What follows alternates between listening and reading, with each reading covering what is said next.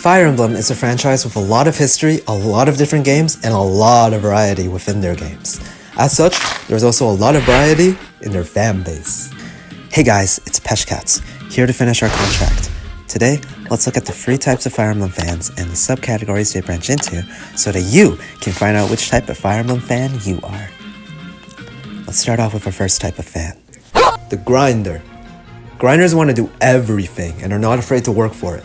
This means leveling up and using every character, unlocking every support, uncovering every tidbit of lore, obtaining and using every weapon, every class, and every skill. They really appreciate the game, and thus want to experience every little drop of content the game has to offer. They love freedom on open maps, unlimited resources, and unlimited time to spend in order to get everything they desire. Here's how a grinder plays the game. From the get-go, they try to feed XP to their weaker units and hate using pre-promotes. They prioritize unit growth over map completion, and because of this, you might see them spending countless turns boss abusing, grinding in the arena, and spamming that end turn button to get unit supports to go up. They especially appreciate games that have designated spots for them to grind, such as the Tower of Balni, skirmishes, optional paralogs, and Echo's dungeons. They want to get all of the divine weapons, and always have a unit that has a high enough weapon rank to be able to use that weapon, even if it's not necessary to beat the game. For example, when they get Satori signs in Radiant Dawn, they feel pressured that they must have a level 30 Laguz in their army so that they can use the item, even though there's not really any point to it. Everyone gets trained and promoted, even though only a few are allowed to be in their team in endgame. They love leveling up their unit stats to be as high as possible, and carefully customizing skills so that they can steamroll the endgame chapters off of pure strength alone. If you're a grinder, chances are that your favorite Fire Emblem game is Sacred Stones, Awakening, or Echoes. You love the freedom these games give, and also the amount of secrets and collectibles they have. Chances are you've broken countless boxes in order to get Soul, Luna, or Astra in Echoes, which is something that I to this day still haven't gotten. However, Fire Emblem is a strategy game, and although freedom to grind is nice, there's no strategy involved if you have unlimited resources and unlimited time, which brings us to our second type of fan. The Strategist. While grinders enjoy the RPG side of Fire Emblem's SRPG genre, strategists enjoy the S side more. Strategists like having their back against a wall, chained up, stripped butt booty naked, and sucked dry! What? What did he say? My bad. Sorry. Strategists love making the most of the little that they have. They aim to be as efficient as possible, employing incredible strategies to reach the map objective. They enjoy the pressure of limited time, limited resources, and like to think about the opportunity cost of each and every one of their actions. The way strategists play the game can be summarized into one word: optimization. When there's only so little money, XP, items, and skill scrolls to go around, it's incredibly fun to think about which characters would be optimal to invest them into. Strategists spend a little too much time in the base or battle preparation screen thinking about these dilemmas, planning out moves and goals several turns ahead and even several chapters ahead. They must optimize every little action to satisfy their brains. While a grinder would try their best to use every character in the game, strategists focus on a designated team of 8 or so characters and completely ignore the rest. If there's an item or weapon that's supposed to be a cool, rewarding collectible but offers nothing to their team, they'll sell it. In endgame, they usually have some insane strategy prepared for it. Sometimes, they might even try LTCing maps, trying to get the lowest turn count possible. While a grinder's favorite character would be someone incredibly low leveled that they need to train, like the Zero to Hero archetype, a strategist's favorite character would instead be a character that does just fine with no investment, or a character where their investments would consistently pay off. If you're a strategist, chances are that you don't have fun at all in open map Fire Emblem games where time and resources aren't limited. Instead, your favorite games are the games that make best use of economy and opportunity costs, such as Radiant Dawn, Genealogy of the Holy War, and Binding Blade. It's all about making the most of the little you have. Both grinders and strategists' playstyles make them capable of beating the game in high difficulties. The difference is that grinders rely more on training up the unit stats, supports, and ability combinations, while strategists rely on clever item use, positioning, and movement. However, some fans don't enjoy spending hours looking at spreadsheets to beat these crazy hard difficulties, racking their brains to plan far into the future. Instead, hardcore type of fan plays Fire Emblem for the story and the characters. The Matchmaker. There is no other series like Fire Emblem which hosts such a large playable cast where each character is so well written with their own individual personality, motivations, and alternate endings. Matchmakers really appreciate this side of Fire Emblem. They love seeing characters interacting with each other and with their avatar, building friendships and romances. They're here for a good plotline and likable characters. Maybe as a kid they like playing house with their dolls or Legos, making them kiss each other or fight each other. Maybe they're not satisfied with their current social life. Hey y'all, come look at this! Luckily, Fire Emblem is a game which can give you that social experience you yearn for. The way matchmakers play the game is to aim for that special, sumptuous S or A support. Paired endings are the goal here. Each character's ending changes based on their supports, and they love matchmaking which characters should end up with each other, so they can get their ideal endings. Your eyes are like whirlpools. They don't really care about the combat bonuses the supports bring, they're just here to see the guy's development. Matchmakers become incredibly immersed in the game, feeling strong attachment to their units. On the battlefield, they get enjoyment from having the romantic partners of characters side by side and chivalrously defending each other from harm. They also try their best to give the boss kills to the character which narratively deserves it the most. As such, they like games with avatars so they can insert themselves into the fictional world to share tea, meals, activities, conversations, stories, and battles with their units. And hey, one of the goals of their playthrough might even be for themselves to romance a special someone, isn't it, you little freak? I'd like to kiss you, I think. Oh my god! So, their favorite games would be the ones that permit them to do so. Fates, Free Houses, and Engage. Or if you prefer actually well-written characters with good backstories and realistic personalities rather than dumb, stupid anime tropes, FE7 and Sacred Stones. Fire Emblem does such a good job writing their characters, though maybe not recently. And the Matchmaker loves to explore everything about them. Grinder, Strategist, Matchmaker. These are the three main types of Fire Emblem players. However, no player is restricted to only one type, since Fire Emblem is a game which combines these three gaming mechanics together perfectly. Here's one example. In the final few chapters of FE7, you recruit two units, Jafar and Nino. These two characters have been shown over the course of the entire story, and now that they're finally playable, it's exciting to be able to use them. However, not that much of the game is left. Nino's stats are god-awful, and there's not much time to achieve their paired ending by getting them to an ace support. Therefore, in order to make sure these two characters get their best endings, you have to strategize with the limited time and resources remaining about how you're going to grind all the XP into Nino and play Matchmaker to make sure the two characters are positioned adjacent as often as possible. For a lot of players, including myself, this optional task was one of the most thrilling parts of any Fire Emblem game because of how well the playstyles of grinders, strategists, and matchmakers are integrated together. I loved this part of FE7 so much that I did a playthrough in Hector Hard mode, giving every character a paired ending that has one. And it was so incredibly fun to think through how I was going to obtain all of these supports, considering the limited maps and deployment slots, and also how I was going to keep all these characters strong enough to stay alive when deployed.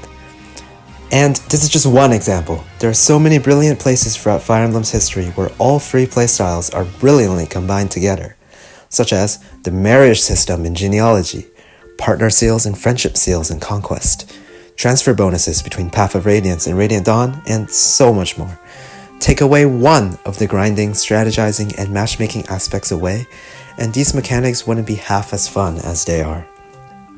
Before I made this video, I thought I was strictly a strategist, but now I feel like I'm more 60% strategist, 25% matchmaker, and 15% grinder. And it's because of this combination why Radiant Dawn is my favorite game, and also why I enjoy some other games a little bit less than someone with a different percentage spread would. This got me thinking. Which Fire Emblem game would appeal the most to you depending on your percentage spread? And so, I made this. It's a Venn diagram, kind of. A really messy one. Don't worry, I'll walk you through it. If the game is inside or touching the red circle in the top right hand corner, then it appeals to grinders. If it's inside or touching the blue circle in the top left-hand corner, then it appeals to Strategist. Finally, if it's inside or touching the yellow circle on the bottom, then it appeals to Matchmakers. Obviously, this graphic is far from perfect. Even looking at it right now, I'm noticing a lot of errors in the placements. But for the sake of fitting everything on screen, this is what I have. And while I was making this, I noticed something. You see that game dead in the middle? Yup. Fire Emblem Three Houses is by far the most popular Fire Emblem game, selling over 4 million copies and even winning Player's Choice at the Game Awards 2019. And I finally understand the reason why now. This game appeals equally to all three types of Fire Emblem fans. For your grinders, you've got so many unique classes and characters, as well as 4 distinct routes, like it's 4 games in one. With the New Game Plus, you can carry on all of the hard work you grinded for, within weapon ranks, renown, statues, and classes. There's heroes relics, sacred weapons, and so many skills to unlock and customize with. Besides your classic XP meter, there's a second meter for class mastery, which gives you even more incentive to grind. There's so much incredibly deep lore to unlock and uncover. There's actually so much. There's literally 2 different in-game libraries full of Fodlan's history. It's Tolkien level. This game is a treasure trove for grinders who love to milk as much content out of their game as possible. And it's just as good for strategists. The brilliant calendar mechanic provides a limited number of time and actions to all of your activities until you hit the date for your deadline for war. There's so many things to plan out, too. Weapon skills to take exams, to unlock new classes, battalions, weapons, supports. I spent such a big chunk of my game time carefully scheduling my actions in the calendar in order to be optimal. It's like, I need Constance to hit this skill level in order to qualify for this class, so I need to go sauna for a boost, and share a meal on this date to get her motivation up, and then a seminar. Now let's see if she passes the exam! Woo! So much fun, man. The limited funds, motivation, hourglass points, skill capacity, and limited XP really weighs in the cost of your every action.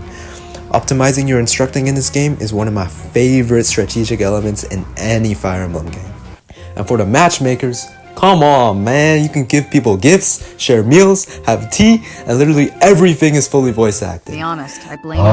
Not to mention, this game's world building is so deep that almost every single playable character has such amazingly unique individual character-driven plotlines. There's a mix of characters that act like actual human beings and characters that act like dumb anime tropes, so both parties are satisfied. And while it does get old, the monastery is such a phenomenal setting, brimming with life. Did I mention that there is literally an in-game matchmaker in this game? This woman lets you manually pair 2 characters together, which I find hilarious. I never use it because I like letting it happen naturally so that who ends up together at the end of the game is a surprise. But for the fans that are huge matchmakers, they probably love using the Wayseer. But let's talk about the elephant in the room here. Looking back at my diagram, I'm sure a lot of you guys noticed that there's a label here saying 4th type of fan. You might be wondering what it's for. Don't worry, I'll explain. There are a few things Fire Emblem lets you do that don't associate with any of these 3 categories. I mean, sure, the matchmakers can have fun making 2 characters get freaky and make babies with each other, and that's all fine and fun. But Fire Emblem also lets your character get freaky with their child and make a child with their child. Yes, this is a game where you can invite children into your room and touch them. What? This is a game where you can get a femboy to wake you up in the morning. This is a game where you can force someone underage of the opposite gender to go to the sauna with you while you play as their teacher. That's a little bit messed up. And what about that gooner-ass anime gacha phone game, bro? What category does Heroes fit into? Is this shit grinding, strategy, or matchmaking? It's neither! That's when I realized there was a hidden 4th category. What the fuck? You are a sick fuck for getting freaky with the very young characters in the game that are for some reason romanceable. You play the game just so you can legally touch PNGs of anime children. You probably go to sleep at night dreaming of your relationship with these fictional boys and girls, acting as if they're your partner in real life. Oh hell no! You probably never played these games before because those games don't let you do that shit. And it makes you uncomfortable that the characters in those games actually act like real people and that there's actually a meaningful message in the story. You can't play a game unless it's anime and every character acts like a dumb, stupid trope. You probably look like this. Or this! Or this! Stupid ass. If you're a pedophilic gooner, your favorite Fire Emblem is Heroes! Because you love staring at PNGs of anime women trying to look much younger than they're supposed to, while wearing very sexualized clothing. God, I can't fucking believe that I have to share being a Fire Emblem fan with you fuckers. Unfortunately, it seems as though intelligent systems are now marketing towards this fourth type of fan. After all, it's what makes them the most money. They've made much more money from Heroes than any of the real games, and it really makes me sad, especially after the newest game, Engage, had everyone look like VTubers with their titties out and also had some insane gooner activities in there. Fire Emblem feels like a ship caught on fire, sinking below the ocean's grey waves, fated to end up in an underwater city inhabited by anime-loving incel pedophiles. With every news I hear of my beloved franchise, the ship starts sinking deeper, and I start losing more and more hope that it'll never end up where it could have and should have been. I mean, come on! Look at what they've done to my boy Salad! Why does Leon look like a little girl, bro? That's a grown-ass man who's supposed to be a main antagonist. What the? Why is Carlos shit so big, bro? What the hell? Look what they did to my boy Krif Naya! What the hell? They got the King of Dragons acting zesty as fuck. God damn! Okay, this one's actually kind of cute. I like it. What the fuck is going on with Lee? Holy shit! This one's actually crazy. Why is Saniki wearing a wedding gown? She's like 13!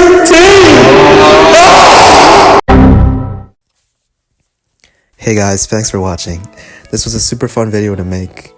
Honestly, I'm actually glad Heroes exists because I get to use the art in all my thumbnails. Earlier, I told you guys what my percentage spread was, and now I want to hear what your spread is.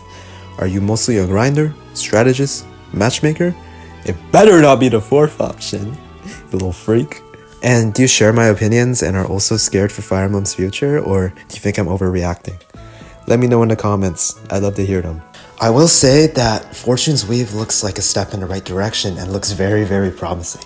But I don't want to get my hopes up just yet, but it looks great. I actually made this video before the first trailer for Fortune's Weave came out, so like almost a year ago. I've just been keeping this in the backlog not to post it, but I have high hopes for Fortune's Weave. I think it looks amazing, and it could be everything in this video that I've complaining about being abolished, but I want to know what you guys think as well, but I think Fortune's Weave might have it. Thanks for watching. This has been Peshcats, and I'll see you in our next contract.